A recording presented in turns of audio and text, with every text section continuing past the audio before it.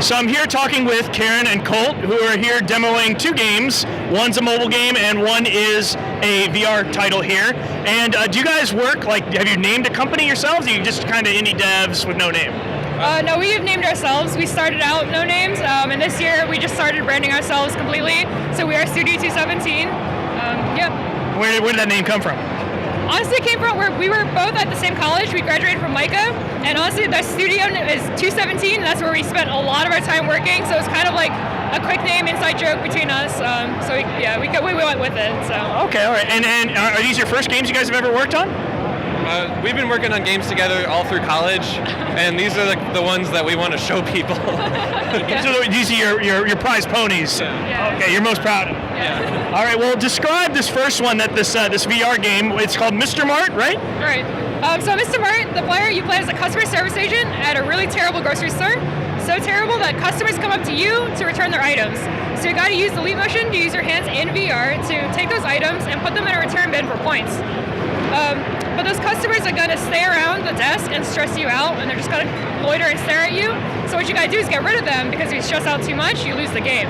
So by getting rid of them, you have to like punch them, slap them, whatever you got to do to get them out of the way, and get the highest point as possible. And what kind of feedback have you guys gotten on this so far? Because it's very interactive, and it seems like a very popular booth. People are like standing by and watching all the time.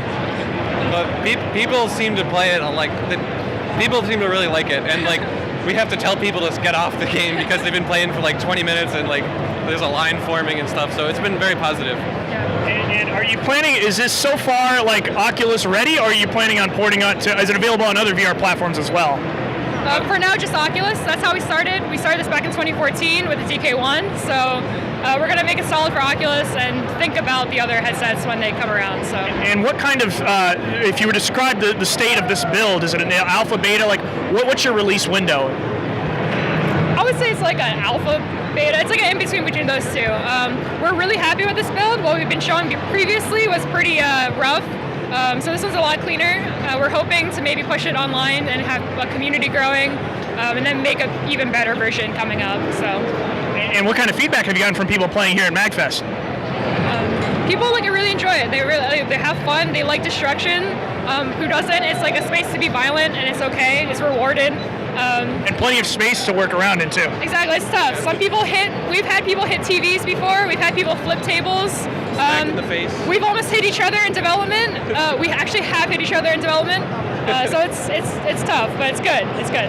And what about here in Circles over here? I know, like I walk by and literally people are like have their fingers and they're like running around a small little table. Describe what this game is supposed to be too. Well, Circles is we basically describe it as Twister for the tablet.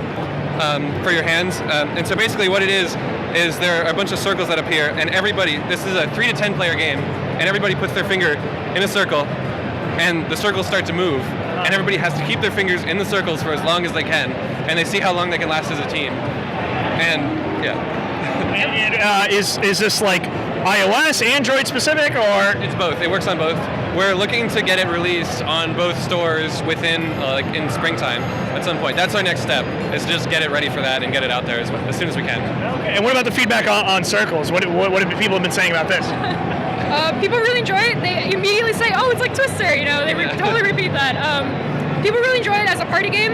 Everybody wants to say, "Oh, it's to be a great drinking game." Yeah. We've never done that, but if people want to try that, go for it. People enjoy it, yeah. What about the challenge of working on two games at the same time? Can you talk to that a little bit? We started on Mister Mart. That was our biggest project at the time. We got pretty far with that, and then this game we actually kind of made it in a weekend. Really basic prototype.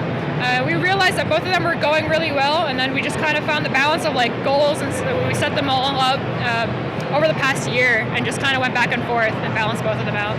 If you could choose one lesson you've learned from working on both of these projects, what would be the biggest thing you've taken away from developing either of these games? Work together well and critique each other well. I would say stay determined. It's tiring. There's some late nights, but they're worth it in the end to be at places like this. So it's worth it. Just gotta be determined. Yeah. What about you, Paul? What do you think? That's pretty good. I feel like that's I can see the look on your face and your eyes. Overall, that's pretty accurate. Well, thanks again. And if people wanted to check out either of these games, do you have footage out there? Where can people follow to check out your stuff? Yeah, so our website is www.studio217games.com. We also have a Twitter, it's Studio217. You might have to look up Studio_217, and we'll be up there. Yeah. Great. Well, thanks again, guys. Appreciate it. Thank you so much.